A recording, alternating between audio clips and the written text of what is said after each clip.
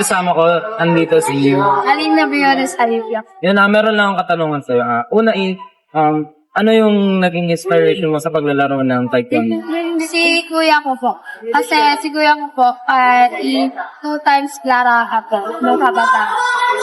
Okay, then, ilang taon ka nang start paglaro ng taekwondo? 9 years old. Then sa tuwing lumalabang kayo, sino yung naging motivation mo para manalo ka sa laro? Yung crowd po and yung team ko kasi every time na like nakakapunta or nananalo po, they're always supporting me like nag-shout po. Then last question, as a student athlete, paano mo siya nire-balance ang pagiging student?